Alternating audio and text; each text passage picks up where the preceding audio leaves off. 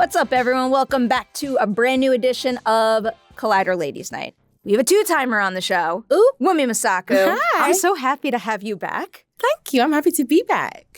I feel like the main point of the show and the goals of the show have stayed the same, but I feel like the last time you were on, we were like mid-lockdown, and I also think that there was a major storm in New York, and I think I had like a baseball hat on, and I was filming in my dad's office, actually. Oh, wow. Because there's no power anywhere. Gosh, that's crazy. Things have changed. Yeah, they have. The world has opened up. Yes. Woohoo. I mean, New York Comic Con was proof that a lot of those things are like fully back at it now. Yeah. It was busy. It was busy. I'm still not used to being like in crowded places. I'm like, whoa, there's a lot of people. Yeah.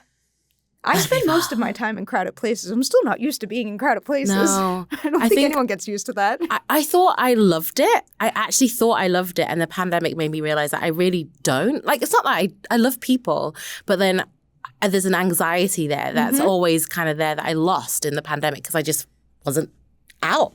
And then now I'm like, oh, I feel this little nugget of fear. I have that a little. I feel like that's part of the reason why I love doing ladies' nights in this space too, because like it's just small and it's intimate and there's not so many things going on. Yeah. And like you're not doing 50 interviews in one rotation. Yeah. I had a little break. Yeah. And we're back together. I will say, I'm very happy that we're having this conversation here and not in New York Comic Con, because when we spoke in New York Comic Con, I had only watched one episode of Passenger. I have now watched all 6. Like complete game changer watching where this goes. It's a completely different conversation now. I know, right? I will say congratulations. Thank you. Did you like it? I liked it. I'm so incredibly desperate for more. That is one heck of a cliffhanger. I know.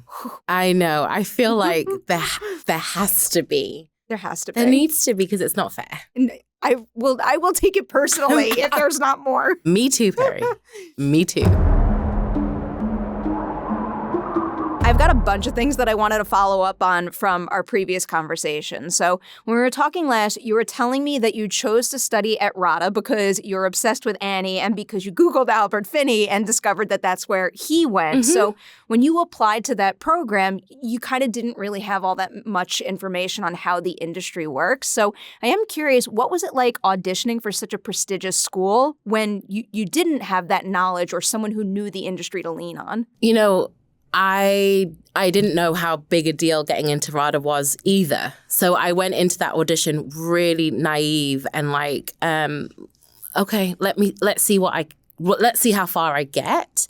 My mum had kind of given me an ultimatum, like, you know, apparently RADA's the best in the country. If you get in, great. If you don't, then you have to go to do maths and economics, and maybe possibly maths and Italian.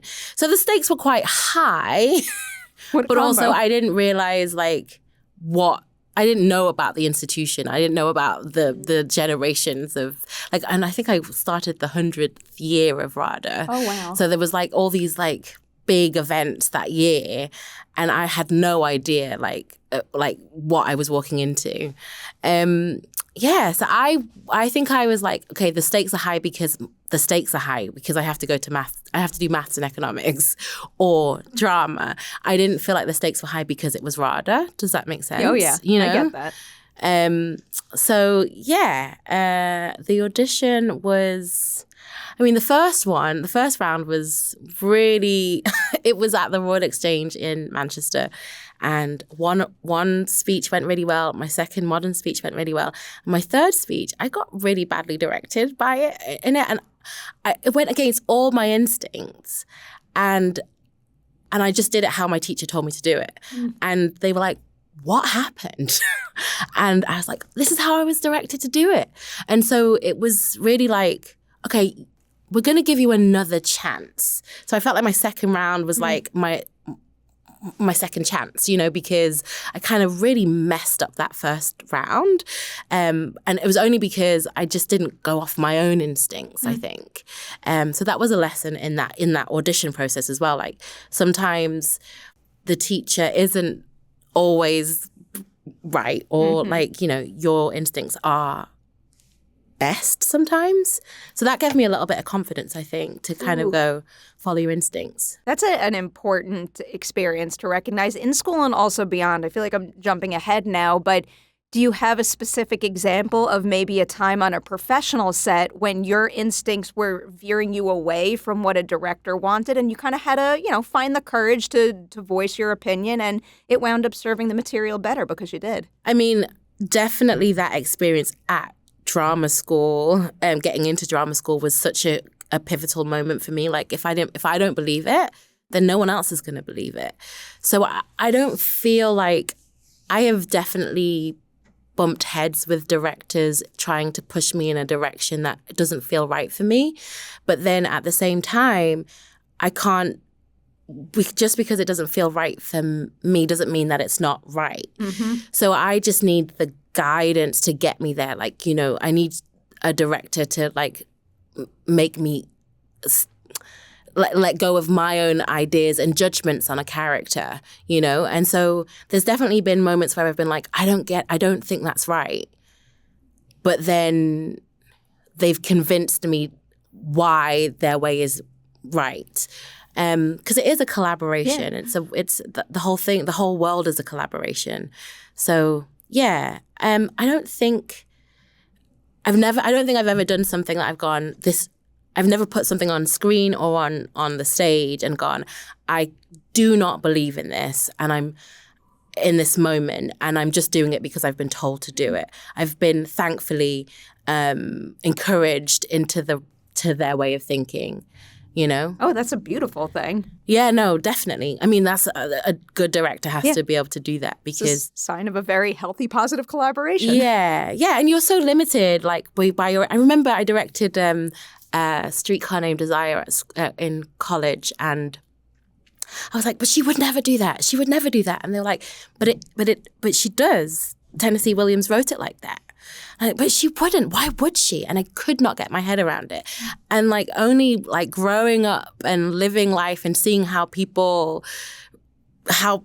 move in the world, I'm like, oh, okay, I can see how she may have made that decision.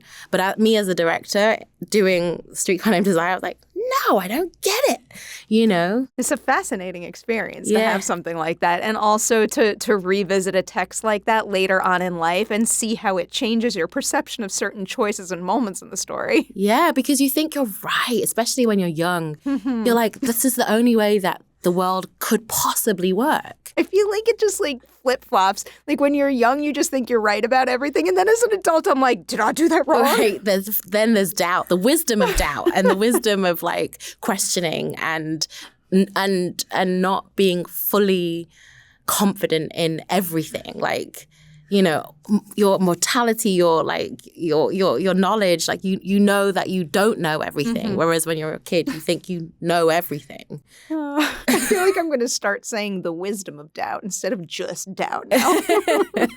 So I had another school question for you. It kind of leans into some of what you were just explaining, but I love asking this in general because, you could learn a lot in school, but then there's loads to learn when you hit your professional sets. So what is something you learned at RADA that you still find yourself using today? Mm-hmm. But then also, what is something that all the schooling in the world never would have prepared you for when you started to work professionally? Something that I always try and do before, whenever I feel nervous or like unconfident or whatever, is my Alexander teacher used to tell me to do this with, I think it was specifically my right arm, and remember that my center of gravity is connected directly to the center of the earth.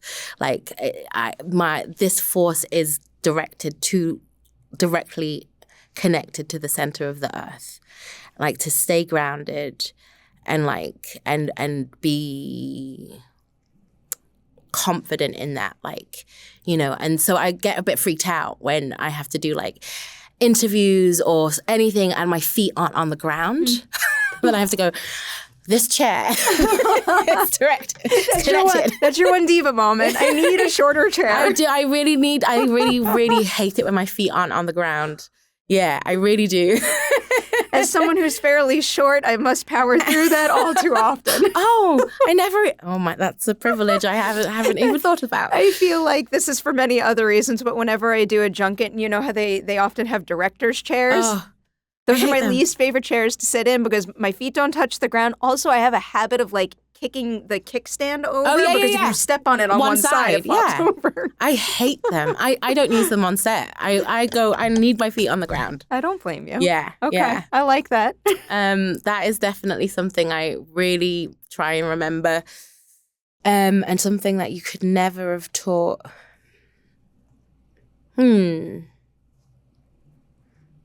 That's a good question. Let me think. I feel like I think there's a lesson in everything, right? So even the things that aren't helpful, haven't felt helpful, ultimately become helpful because you know what you need and what you don't, or like what works and what doesn't. I think they do teach you about rejection. Like they do tell you that. But there's always this like endless hope I think every actor has to have it because you know, your luck could change in an instant. But yeah, rejection is something that I feel like there's no way of teaching how to be okay with that. I think for me, I always think like, you know, a no is a yes to something else, and you know, or someone else's yes isn't. It's theirs. It wasn't for you, and I don't know. There's unemployment being a part of the job. I always say that like it's a part of the job. But I don't think you can really teach that. Like, I think you just have to experience it and get comfortable with the uncomfortableness of it. And every person's methods for best dealing with that are different. So it can't be one broad stroke lesson because everybody processes it their own unique way. Yeah, yeah. And then also, I really don't take it personally. I always say like when you walk into an audition room, they want it to be you. They want the search to be over. Do you know what I mean? Like that's something I feel like I learned as the time goes on is like they actually want the search to be over. I don't want to see 1,000 people for one of the 50 roles in this film. So it's not if it isn't you, it's not because it's not because they didn't want it to be you. Do you know what I mean? It's not personal. Like they really, really wanted the search to end just like as soon as you walked into the door. I like that. Yeah. That's a beautifully positive way to look at it. And I feel like there's great truth in it too. Yeah, 100%. Like no one wants to sit through a load of no's either. Like they don't want to give a load of no's either. It is just until the right person walks in. Oh, yeah. Yeah. You were the right person on many, many projects. Here's how I'll get into our first credit of the conversation. A big, broad question about your earliest shows and films. Of all of the first shows and films you've done, which would you credit with putting into focus most what you valued in the stories you would go on to tell and also what you valued in an on-set environment? I mean, I feel like I learned something on every single set.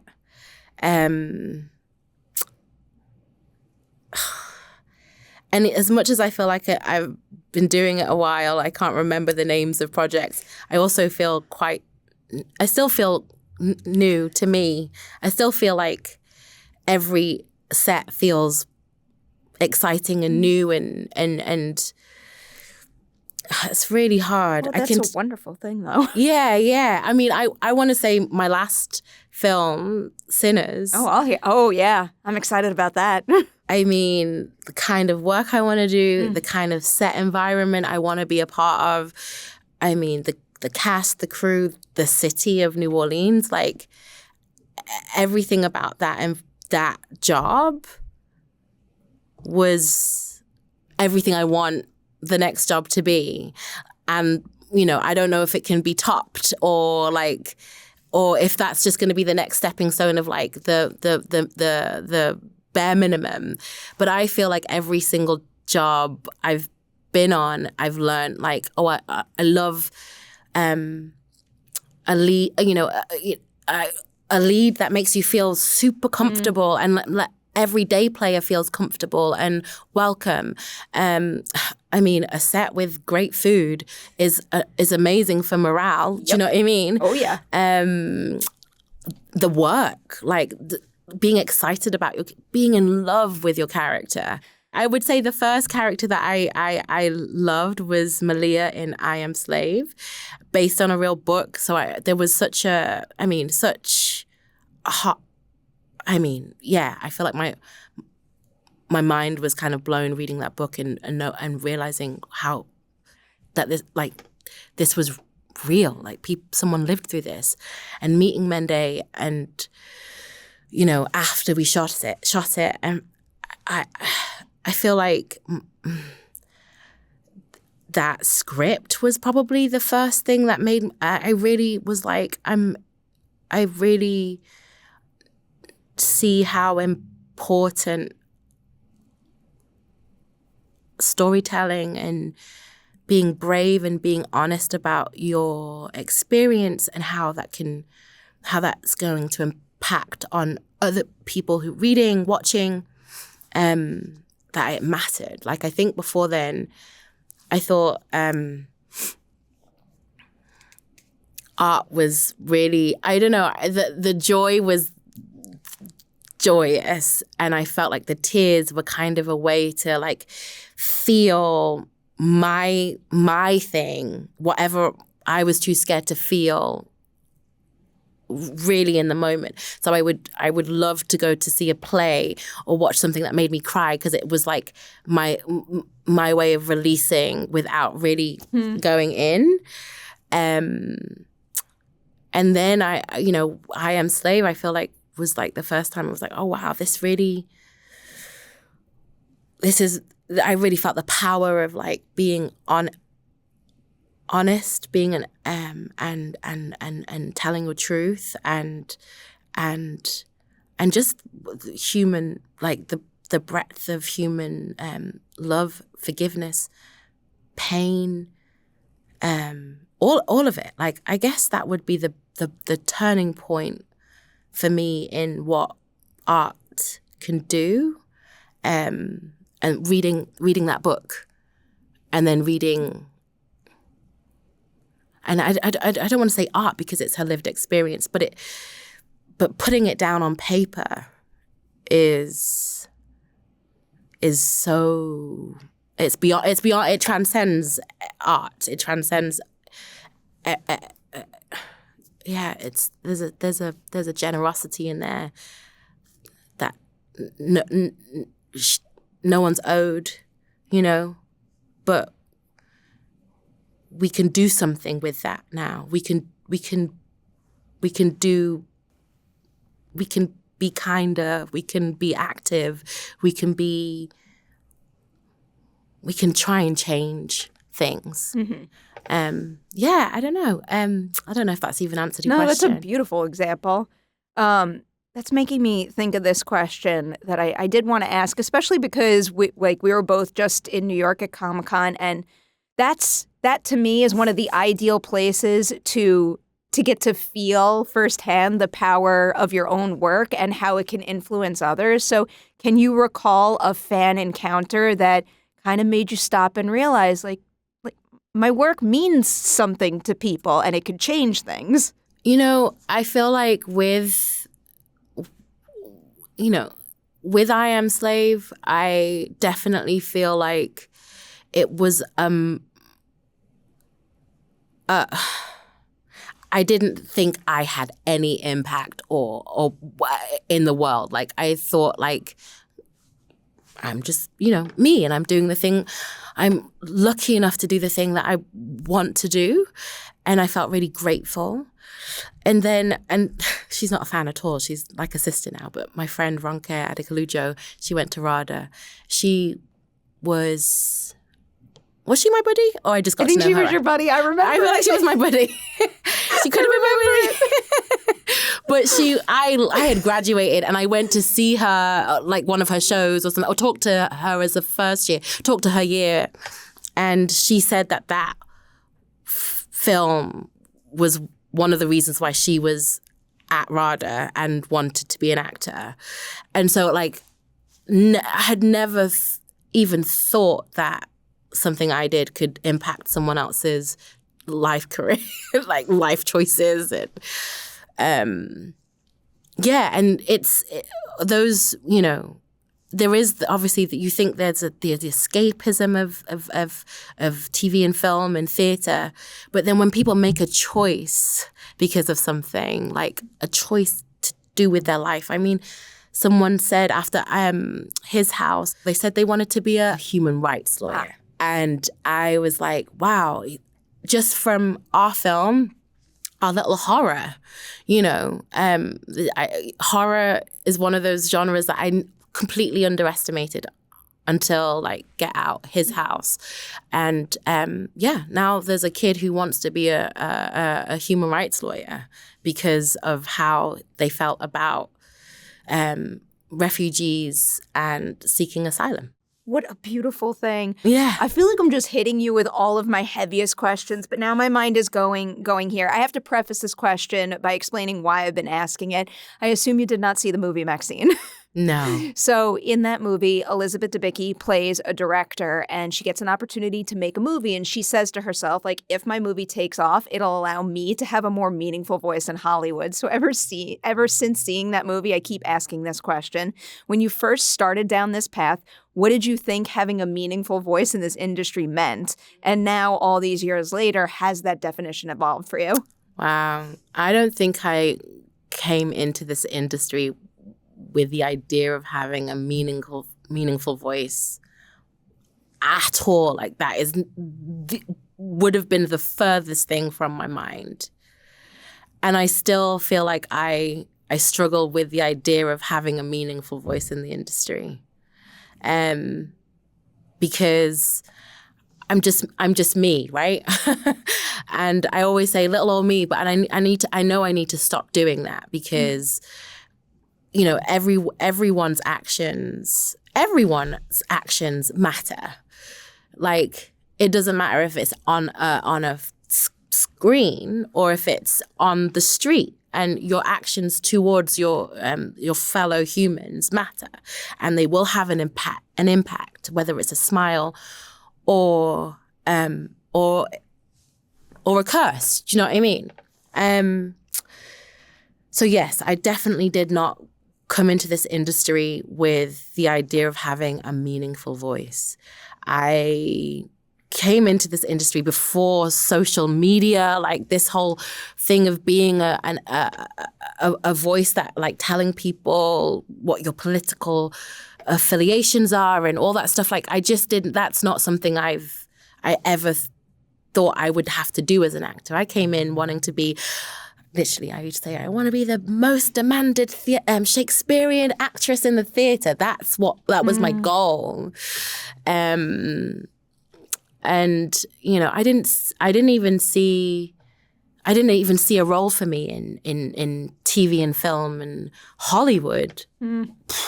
Like it blows everyone I know and love, it blows their mind that I live in LA, because that was the furthest from what I went into this with. It does kind of, I struggle with it because I just want to act, right? I just want to tell good stories and read good stories and be on a set and be in a cast and be on a stage. And I think one thing that I realized my presence in this industry really matters is because I didn't foresee my career being like this. Not that it's exceptional or whatever. It's not like I'm but I didn't think this dark-skinned, tall, curvy Black woman was going to be playing opposite Michael B. Jordan one day. Like, and I think that's really, like, I'm really grateful that it's not even always about your voice, it's about your presence. And so that someone who feels like little old me can be like, oh, wow, this is possible. Like, do you know what I mean? Like, this is possible. And they might want to be an actor, but they might want to be a a human rights lawyer, or, that every room you're in, it matters. Every choice you make matters, whether or not you're on the screen or not. Like, if you inspire someone, if you show kindness to someone, that is what matters. And if you elevate someone's voice, like Mende Nazer's, like, if that is part of your purpose, your gift, then, I mean, that's amazing. But yeah, I did not go into it thinking I need my voice to be heard. I'm really glad that my presence is and the projects I've been in has inspired people and things. Yeah. Well, whether you want to say voice or presence, everything you've done in this industry has like inspired me and filled me up as a consumer quite a bit. This next question I had written down, it might be a little weird for you to talk about, but it's something that I've thought about quite a bit, and it does kind of build on some of what you just said. But I've obviously been a very big fan of yours for many, many years. At this point, not only have you made some, smaller films that have really taken off, but you were in a DC movie, you're in the Marvel Cinematic Universe. I feel like you should have all the opportunity in the world at your fingertips, and your name should be a household name. And it still feels like not enough people know how exceptional you are. And I think that needs to change. And I'm wondering, from your perspective, are there any particular, I guess, like, barriers you find yourself bumping up against to, like, broaden your voice and presence in this industry, and also get all of the opportunities that you both want and deserve? Yeah. Clearly, I think about this a lot. Yeah, I mean, I do too. And I do feel very much like, it's hard because sometimes you feel like you can't complain because you're working and you're doing work that you really love. And I feel really, really lucky, honestly lucky. And I know that sounds like it's a fluke, but I do know that there's not enough for all the people with the talent, the drive, the love, the heart. Like, there's not enough for all of us. It doesn't feel like there's enough for everyone. So I do feel lucky that I've been employed, simply, and had a chance to try, a chance to fail, a chance. I wish there was more opportunity for everyone.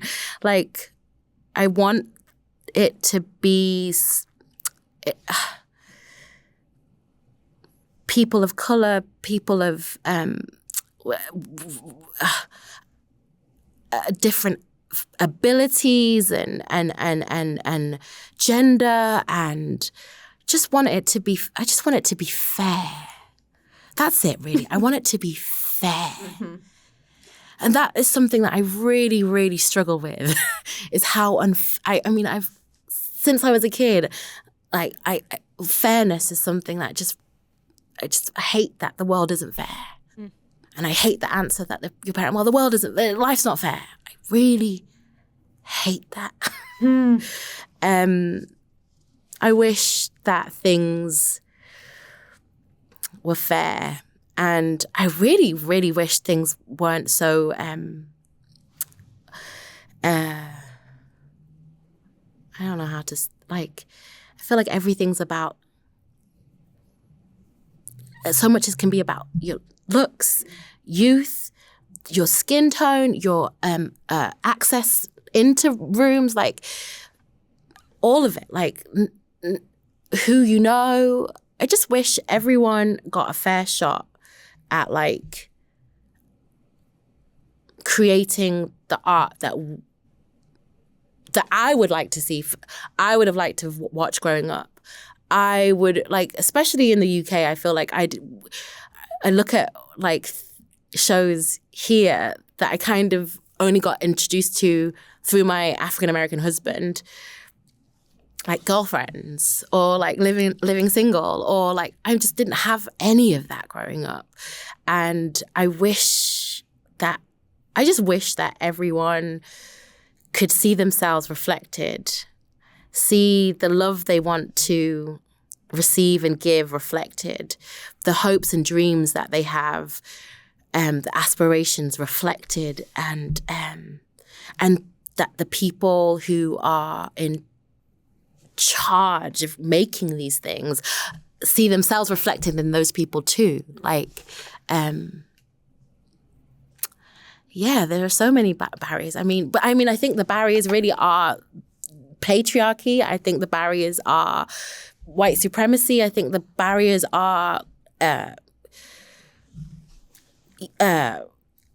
ageism, sizeism. There are so many things that are like, I mean, this is very generic, but I feel like my cause is not greater than someone else who feels unseen, unheard, underappreciated. And I feel very lucky, but I know there's that feeling of like you feel like you're I don't know how to say it, like the gratitude is almost doing you a disservice. Like, do you know what I mean? Yeah. Like it should be like, but I don't want to say, it's hard to say I want more. Yeah. No, I understand that. What I mean?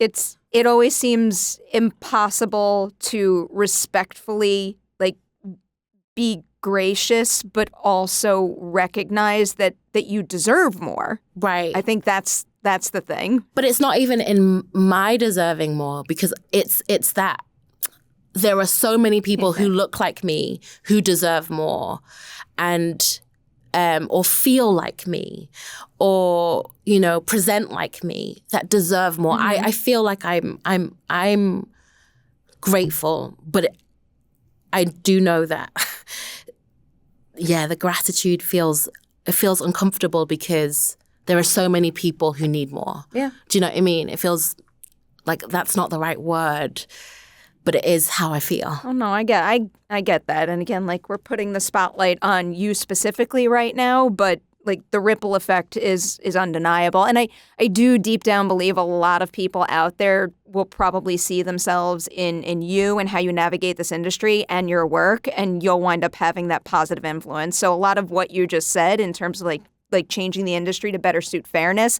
like I feel like you are contributing to that. And I like saying this is the manifestation table. So when you speak something here, it does wind up happening. I have to believe it's going to happen. Otherwise, why am I in this industry at all? I hope that. But it's the industry is just like this. Yeah. And then the world. It's the world. Mm-hmm. Like there's just so many things that just need to be. There's so much that needs to be fixed. And so that's why I feel like the talking about what I want in this industry, it feels so small, because it's what I want on a global level. I want everyone's voices to matter and feel I want everyone to feel hopeful and feel ambitious and feel like it's possible. But there are just too many men making that not like robbing people of their dreams and hopes. They're men in power. I mean, of their dignity, of their lives, of their futures, literally. Mm. So it's hard for me to talk about this because there's this. I very much understand and respect that. And that's why I will make it my duty, at least on your singular behalf, to always tell the world that, like, you are one of the best of the best. And I want you to have everything, but I also want the world to change quite a bit. Yeah. Speaking of wonderful opportunities that have come your way, let's talk a little bit about Passenger. One question about that first. Is this the first time you've been number one on the call sheet on a series? Yeah. Oh, yeah. Boy. To start digging into that, can you tell me something you saw a number one do on a past set that you kind of back-pocketed and wanted to apply to your work here as a leader? Yeah, I mean, Tom Hiddleston knows everybody's name, cast and crew. He says good morning to everyone. He always comes with the best energy. I've never seen him come in with like a bad energy, like just never. And I've been really lucky because I feel like most of my leads have been like that. Chadder Vale,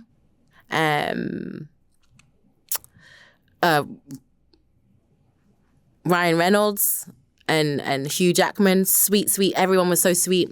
Michael B. Jordan, just good energy. And everyone and I loved that. Like, I feel like there was a collective, it wasn't just like, this is what I'm doing for my film or my whatever, my TV series. It was like, okay, guys, this is the energy of the scene. Let's being like, I don't know what a quarterback is. Amazing. I imagine it's like what the quarterback, like the team captain. It's a good comp there. Yeah. Like the team captain going, okay, this is the scene. Like Tom would play music or something. Or go, this is the energy of the scene. He'd go, I'm like, you go through all of the scenes and find a song that's the right energy for and keep us in the moment. That was something I really wanted to make sure that I was a welcoming, safe place, encouraging, and then also as a Black woman, always feeling like little old me, trying to remember that I had a right to be there, and some people will feel like little old me and not feel comfortable to speak up if anything was wrong. And I wanted everyone to know that if I will be your advocate, if there's anything wrong, you can talk to me and I will be your advocate. Like really trying to find that grounded, connected to the earth, like you are meant to be here and there's a purpose. And even if the purpose is just to make sure that someone whose first day on set is on one of my sets, that they feel like their voice is heard. That was something I really wanted to make sure I did, because it was part of my growth as well, to stop saying little old me. I'm really trying to get out of that little old me mentality. I understand that. So that's a super important quality of the project for you. Behind the scenes, the opportunity to be a number one and be a leader. Now I'm curious to tap into signing on from the perspective of taking on a role like this. Is there anything that you read in these scripts about Riya that made you stop and say, I have something to gain from this character as an actor who's always evolving my craft? I mean, honestly, being number one on the call sheet was a huge thing for me. And it felt like a promotion. Being involved and seeing drafts, being a part of like the audition process. It felt like a promotion, like a necessary step in my career. And then obviously I loved the project, but really for me that was such a big thing for me. I was like, this is the first time I'm being trusted. I'm in every day. This is a stamina that I have to now like work up, you know. That was that kind of like trying to step into that big woman energy, you know. That was a big thing for me. I have to imagine you need stamina for that too, because like she's tense every scene. She's carrying around so much with her. Yeah, she is. It is a lot. Digging into her being a detective now, because like we've seen many, you know, police officers, detectives on screen in films and shows.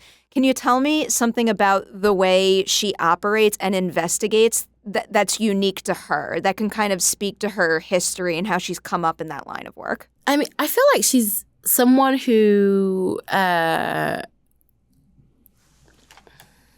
okay, I feel like Riya is desperately afraid. I think she's afraid of herself, afraid of her failures or what her perceived failures. I think she's afraid of rejection and I think she's afraid of not finding community. So that fear is so big. And running away from it is her engine, you know? So she'd feel far more comfortable looking out than looking in. And so I think she will see the smallest, anything that doesn't feel quite right. She can't let go, because letting go means looking in and not having something to distract her, to focus on, to run away with. And so I think that's what makes her really unique, because she could let it go, but she can't. I'm just like having a moment where if we had had this conversation before I watched the whole show, like my mind would have processed that answer so differently. And now that I've seen her full season 1 journey and saw where she lands, like I see that. Yeah. I saw it before my eyes. Yeah.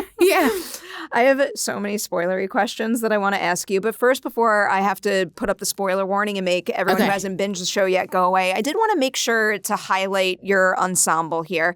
I'm going to get at it in 2 ways, because this is a show that hinges on really having the perfect ensemble, because everyone's got an important storyline and it all has to come together. Do you remember the very first moment you kind of stood on set surrounded by your co-stars and thought to yourself, like, my God, like we're really the right people to be doing this? Oh, the read-through. The read-through was magical. It was so zingy. It was so fun. The read-through was just like, oh, we've got something really special. Yeah, the read-through. Yeah. I love how everyone in this ensemble makes the role that they take feel so uniquely their own, too. I feel like that's just like one of the ultimate goals to achieve in something like this, or anything for that matter. Yeah. No, definitely. Like, everyone is so deliciously, specifically themselves. Yeah. So I will let you give me as many answers to this question as you want, because I imagine that there's many wonderful people to highlight. Can you give me an example of a time on set when a co-star was just the scene partner you needed, where they gave you something and it helped you maybe access something in Riya that you wouldn't have been able to reach without them? Oh, Barry. Barry Sloan. I mean, he really is such a exciting. Like, I felt like this nervous energy, because I didn't know what he would bring, and he would improvise small things, not off script, but like physically, I just didn't know what he was going to do. I didn't know how far he would go. Like, yeah. And there was, I was genuinely, don't want to say afraid because like afraid sounds like a bad thing, but like, I want to say excited. Because I was just going to like, whatever he gave me was like, I just needed to respond. And sometimes the response was completely involuntary. Like I would jump or whatever it was. And sometimes I would cry. And I'd be like, okay, I guess I gotta keep that because I gotta try and keep that because that was the genuine response. Like it wasn't like we didn't rehearse a ton when we were working, he and I, because I just really was like, what's he gonna do? I want to save it for camera, you know? Yeah. Barry is a really fun scene partner. Such a good quality to have, especially with the character that he plays. Yeah. Okay, I'm gonna do it now. I'm gonna put up the spoiler warning for Passenger, and I'll tell everybody, this is one heck of a ride. You might watch one episode and think that you know what you're in for. I promise you do not. So what you do now is you push pause on this interview, you go and you binge it, and then you come right back here and push play, and the conversation begins again right here, begins. I'm making up words now. That's where we're at. I'm so excited to ask about some of this stuff. The first, I guess this is an episode 6 moment I wanted to ask about was the scene between Riya and Jakob where he kind of apologizes and, you know, pitches the idea of rekindling your relationship. When you're playing a scene like that, what do you think specifically is stopping her from letting him in? Because as a viewer, at least, like, he's so convincing in that moment. Yeah, I mean, it's her defenses. Like, she let them down with him, and she let him fill her up with hope and this tingly love. And then to find out that he has lied. I mean, like she says, I just needed you to be good.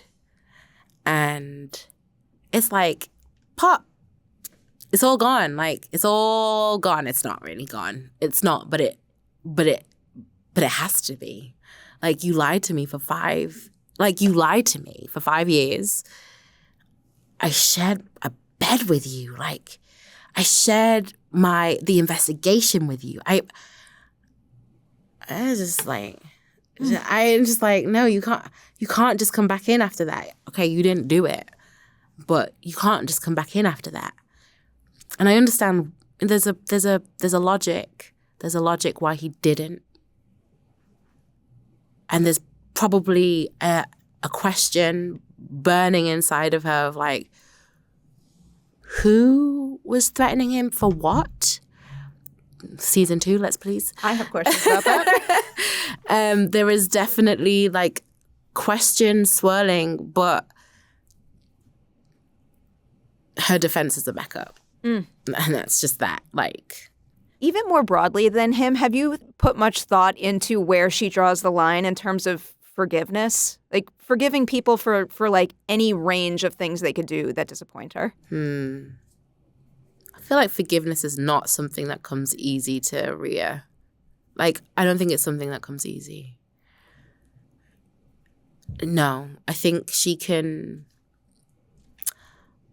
pretend to brush it off and move on with her life. But no, you can tell from how angry she gets with Nick. Yes. That's the other moment I was thinking of. I mean, it's like, she's hot. Which, it makes sense. Like, on the one hand, I want to be like, take a breath and kind of get past it. But also, I understand why that action is so hurtful. Yeah, especially from Sue. Both of them. Yeah, grassing me up. And then Nick turning up with his, I think, with Ricky Martin, what she call him? Ricky Martin. I think forgiveness is something that is, I mean, it's just something that it doesn't come easy to her, and it eats her up, like, because she accesses her rage quite quickly. It's been 5 years, and she hasn't forgiven him, and yeah. Flipping the idea of forgiveness around now, the next scene I had written down was the apology to Eddie. I mean, I feel like we could dissect that scene all day long, but here's a really complicated way for me to ask about it. When you're prepping for a scene like that, what is the key to making sure your performance, I guess, reflects maybe what Eddie needs to hear in that moment to kind of like calm him down, but also makes us feel that like it's a little bit of a release for her as well? Because I got both sides of that in that moment. Yeah. I don't know if I was really trying to give Eddie what he needed, other than get him to stop. Mm-hmm. And then I feel like she's pleading with him and beating herself up. But I think her in the moment is like he's about to kill him. I don't know if you see that actually in the film. I watched that scene a couple of times, like with the broken bottle. Yeah, I do see the broken bottle. Okay, yeah. So like he could. So I think it's about stopping him and apologizing and atoning, but it really has to be about stop. You're about to kill an innocent man. It's about like changing his focus to me. Like if it's going to be anyone, it should be me. And maybe those few steps between he can calm down a little bit, like take the edge off a little bit. But yeah, that scene is definitely about stop. Yeah. It's the wrong Everybody's person. situation is so complex. Yeah. Everybody's like so not at fault, but also at fault at the same time. Yeah, except for Tony. Tony's yeah. Totally fine. Keeps me on my toes very much. So jumping to, I guess that's the final scene of the season. I am curious. This is more of just like a technique question. What is it like doing a tense phone call scene like that when you don't necessarily have your scene partners to work with in the more traditional sense? Well, that was a stressful last scene. I was like, we had like no time. I was like, This is the last scene of the show. How do we have how are we filming this in 5 minutes? Oh no, 5 minutes. This is where the Marvel budget would come in really handy. Honestly, we were it was the last scene, and it was like, okay, that's the last. This is it. It was those stakes help. Those stakes where it's like, this is the last scene of the day, and we have 5 minutes to shoot it. That helps with the panic. But yeah, I hate phone conversations. Those always fascinate me. They're so annoying. Now I'm forgetting a title, but I feel like there was a movie on the award circuit recently where they made a point to like set the set up so that one room with a phone was on one side of a wall and the other was on.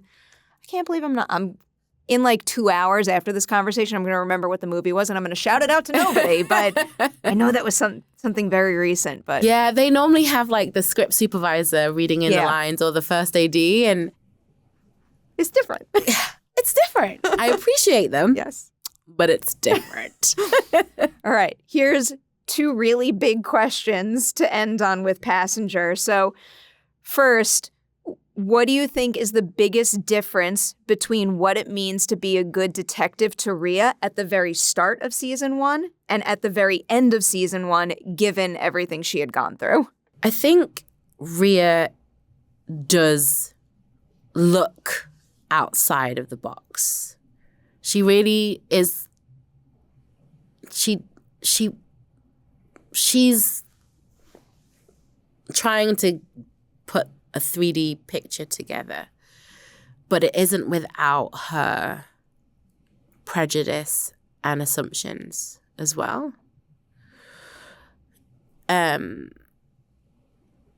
So I feel like by the end, I think she probably has a lot of shame in her, I want to say arrogance, to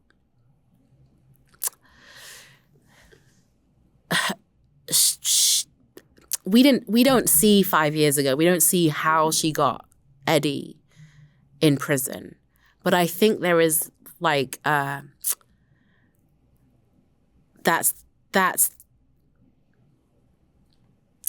it doesn't take long for her to really go, something was wrong back then too, and like to doubt herself back then. So I think there's like I think she feels like quite sure of herself at the beginning, and at the end, I think she's like, okay, there is looking outside of the box, but there's also like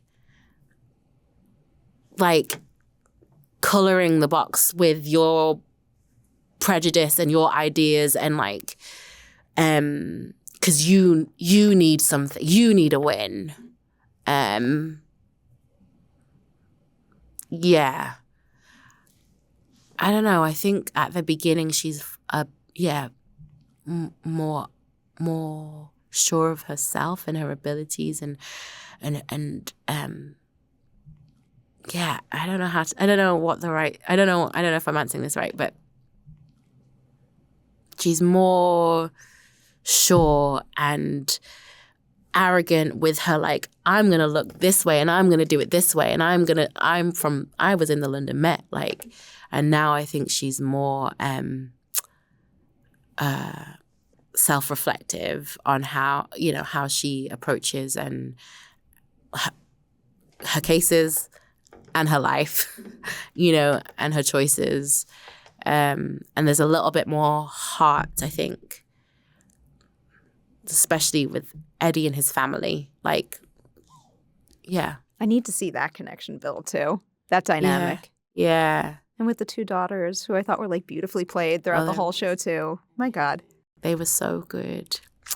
I have a million burning questions about what happens at the end of season 1 and what could lie ahead for season 2. I am going to make the assumption that you don't know even yourself the details of what lies ahead. So what are your personal biggest burning questions for what we see at the end of season 1 that could pave the way to new complications in season 2? One thing I love about the script is that every single character, every single thing that has a little bit of focus has become something. So the bins, an inanimate object like a bin, becomes a thing in the whole story. And I'm convinced Cat with a cough is something too. I think it's connected to the fracking and the fumes and stuff. I think, like Sue's memory, like, yes. I think, what else do I think? I also feel like Linda. I think she's hiding something. I have so many questions. I was so mad at Linda, and then she just has that really satisfying moment when the folks come in to judge the town. I'm like, I'm a little more open-minded to Linda in this last moment. But she was great in that. Absolutely loved that scene. But I do think it's a distraction, and I think she knows more. Like, I think she knows more. I do. I just do. I do. I think, Best Kept Village is also a distraction. Oh, yeah. And yeah, I think, yeah, like Kid on the Wall. Nice little twist there, right? Really nice little twist. I need to know everything about him, what he's doing in the moment, what has brought him to this point in his life. I just desperately need to see The Creature in the Woods too. Yeah, me I need too. to see it with my own eyeballs. I know. I think I saw a version of it. Okay. But I was surprised they didn't put it in there. I'm pretty sure I saw a version of it, and we just never saw it. I know. These cliffhangers, there's too many. I need so many answers. Me too. Ups my urgency for a second season, and I'm going to will it into existence. Please do. We've hit the final question of Ladies' Night. Table of manifestation. Yeah, that's what this is. I believe in it. So since you were last on the show, this changed. Every single Ladies' Night ends with this particular question. Okay. I feel like a lot of people don't like it, but I keep asking it because it's important. So in this industry, we give each other awards, and I think that's super cool. We should keep doing that. I find that nobody tells themselves good job nearly enough. I want to know something you did making Passenger Season 1 that you know you'll always be able to look back on and say, I am so proud of what I did there. I haven't told anyone this. Okay. But I was pregnant. And I'm really proud that I got through that shoot. I'm really proud. I was very hard. And it was, and I enjoyed it. And I felt like I stepped into my, a strength that I had never really explored before. I tried to get rid of the little old me mentality, and I really feel really proud. I feel like I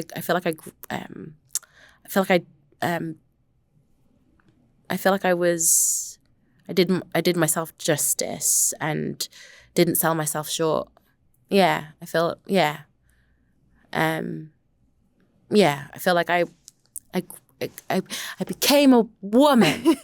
I feel like I found the strength, the beginnings of the strength that I feel like I am, that journey I'm on, as a leader and, now as a mother. And, I feel like it was a foundational part of who I am today and what I think I'm capable of today as well. It's a beautiful answer. Yeah. Oh, thanks. I love that. Keep going down that path, on that journey. I feel like you're so busy, so it feels greedy saying this, but like, more, please. More, please. Oh, I'll take more. I need many more excuses to have you back on Ladies' Night for many, many more interviews. I'm going to say congrats on everything you accomplished on Passenger and everything coming your way in the future. Thank you. You know this. The Ladies' Night door is open anytime you want. Thank you so much. Thank you.